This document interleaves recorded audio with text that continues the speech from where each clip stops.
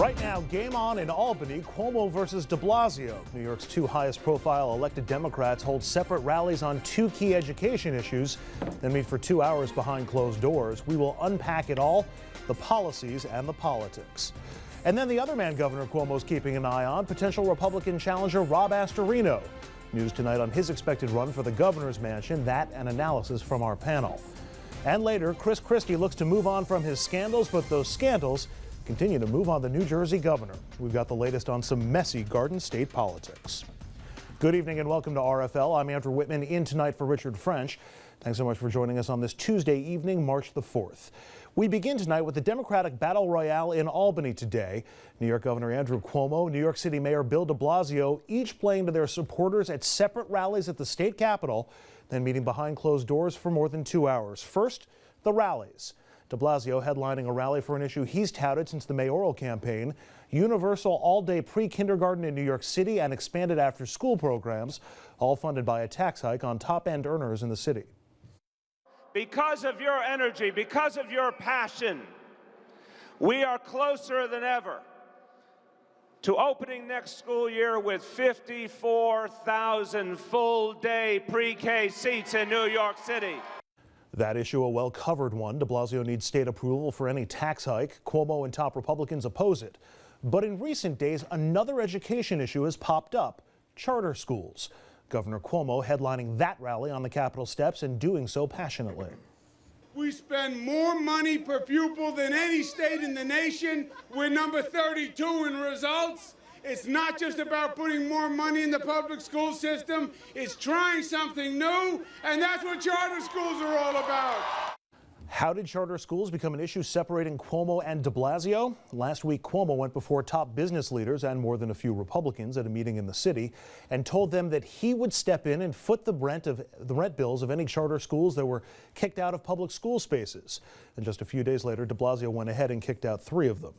Not easy to unpack a set of seemingly interconnected issues, especially ones that are so interwoven with politics, but if anyone can, it is our panel tonight. Richard Brodsky is here, former New York State Assemblyman, senior fellow at Demos and professor at NYU.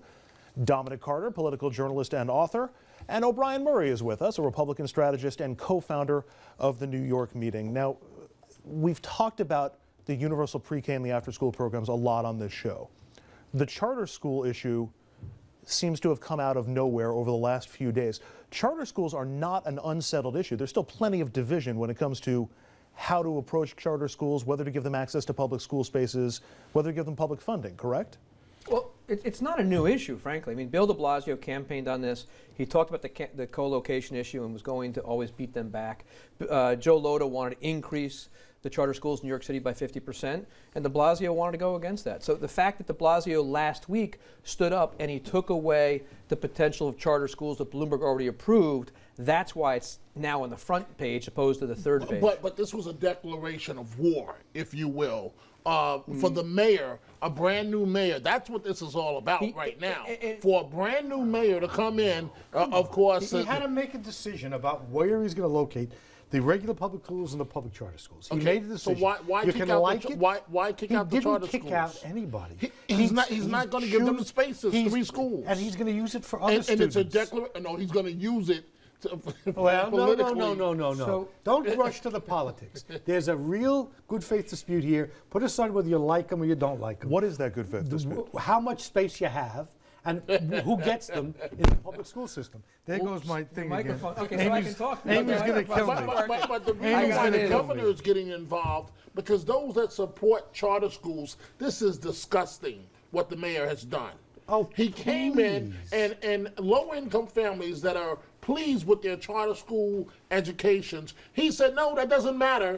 Get out. You want to talk the about UFT, the United Federation of Teachers, they are threatened by charter schools. They want them out of public space, and the mayor did exactly that. You want to talk about inequality? Here he is telling the children of people that live in Harlem, you lose the opportunity for better education. Boom, end of story, and you're out. Harlem can take care of themselves quite well and express themselves in a mayoral election where they knew his position and they voted for him overwhelmingly with an African-American candidate in the race. Right, with only 25% of the vote. With only 25% You got turnout. 18%. There is a good What are the issues? There's a good faith dispute.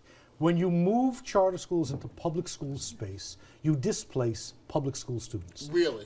Really. And that you can like that or you can dislike it. Now, there is a political element to this, and that was, I think, a very shrewd and legitimate political move by the governor to change the subject off pre-K, which has just happened, as you can see from all of this. You call this a fight between two Democrats. It's not.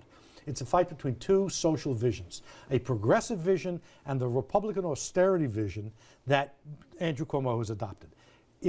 That fight is what's being fought out now. It's being fought out on the merits, it's being fought out in the budget, and it's being fought out politically, and it's a perfectly legitimate fight. I just want to ask you one question. You're an expert on these issues. No. And I say that admiring you. Now. No. But Parents that send their kids to charter schools, do they or do they not overwhelmingly support them? To support who? The charter schools. The parents in there like the schools. Right. So if they like the schools, and if they're making a positive impact, Who says they're making a positive impact? the parents that are sending their They kids could be there. right, it could be wrong. I might want to get into that fight here. Let's look at two facts. Number one, I don't know I've heard of one single student displaced because of charter schools. What the co-location has done is taken underutilized space and better use it for students. The other part of this fact is there have been 180,000 applicants for charter schools for 18,000 positions. If there's nothing in this broken education system crying for more help, it's charter schools when you've got parents who are voting by applying for charter schools. Blasio is now going to use for the regular public school students are not underutilized spaces. There's a real contest. The parents of the same kids who are in the regular public school who have to eat lunch at 9:30 because there isn't enough space anymore have as much a legitimate right to that space as the other kids did. He tried to cut the baby in half, forgive the metaphor. Maybe he did the right thing, maybe he did the wrong thing, but it's a legitimate fight. There are issues on public school students in these cases. I mean, it's certainly a drain on janitorial staff and other staffing and other costs that would otherwise go to or solely for the public school system that are being diverted These are in these public cases. schools. But that are being Charter diverted in these cases to schools charter are schools. public schools. Some of them are, not all of them. The ones charter that you're schools we're talking about in New York City are all public the schools. The ones you're talking about are public schools. Yes. But they're displacing the normal, regular public school system because there isn't enough space. Now you're saying the system, not the students. Before you said the students were displaced. Now you're saying the system. You got me. I meant students. Now, there's no students displaced. that's not true. Displaced means you're in the classroom one day and the next day you're not. That's not the They are case. serving lunch to students in New York City public schools at 9:30 in the morning because there isn't enough space. Now, when you have those realities, you got to balance things. You don't like the balance Bill de Blasio struck. I may like it or I may not like it. All I'm trying to argue for here is the notion that this was legitimate. It wasn't a declaration of war from the spending full declaration of war. Why are we spending so much per pupil on education in this state and especially in the city And the kids are and being failing. ineffective? Well, how do we fix that, Richard? that's That's the the question. argument. Let's have a separate show on that because there's real merit to that observation and there's real difficulty with that observation. The truth of the matter is that the reasons kids don't do well is partially a function of broad socioeconomic realities in New York. 40% of the residents in the city of New York come from other nations, and they start with an educational disadvantage. Part of it is maybe we're not spending the money well enough. I'll give you that. I'm not going to defend the indefensible. But part of it is we don't spend what we should, and you can see that difference If the in other school UFT is districts. the advocates for the teachers, who are the advocates for the that's children? the key. The mothers and fathers that are putting their children into these charter schools. Teachers are not advocates for students? Right. I'm No. suggesting that the UFT is an advocate for the teachers, I mean, and the men and women that teachers teach are and- fantastic for the children. Teachers are very good people. They're professionals that do an outstanding job at educating our kids. So don't get me, don't take wrong what I'm about to say. But this is almost wicked what the mayor is doing. Because the United Federation of Teachers feels threatened by charter schools, and they want because of the success of charter schools, they want charter schools gone. They want to make their jobs a lot harder. But in that process, what about the kids that are doing excellent in charter schools right now. Criticize the mayor for what he did, not for some strange ideology that you're imputing to him. Okay, well, why is the governor standing up publicly to him at a rally arguing He's the changing exact... the subject, wouldn't you? No, he wants to fix education. He's challenging the mayor and telling him that you're not going to get away with this. The mayor Republicans wants, love this. But you know the what? mayor wants status quo. The mayor wants to figure out what to do with the mayor current wants status UFT. quo. He does. If he was truly insistent on Why fixing do we have education in this universal country pre-K? and his city, Because he he's would status step up and quo say, status- let's keep charter schools where they are and not increase anymore, but let's let what's been approved go forward more and Tea add. Party rhetoric. Here's where the curveball. That's not party rhetoric. Here's Tea It's New York Party, City not rhetoric. party. It's Tea not Party. anything of the sort, Richard. It's I've spoken to the members, the mothers and fathers of charter schools. They called me panicked during the campaign You when I want to spoke to them. argue for charter schools, you can do that with intelligence. You want to make this an anti-union shriek, you can do that too, but you can't do both. Yes, you can. But this, Right, you can. You just I don't. just close did. to a shriek. That's right. But the debate on charter schools, it seemed to me had not.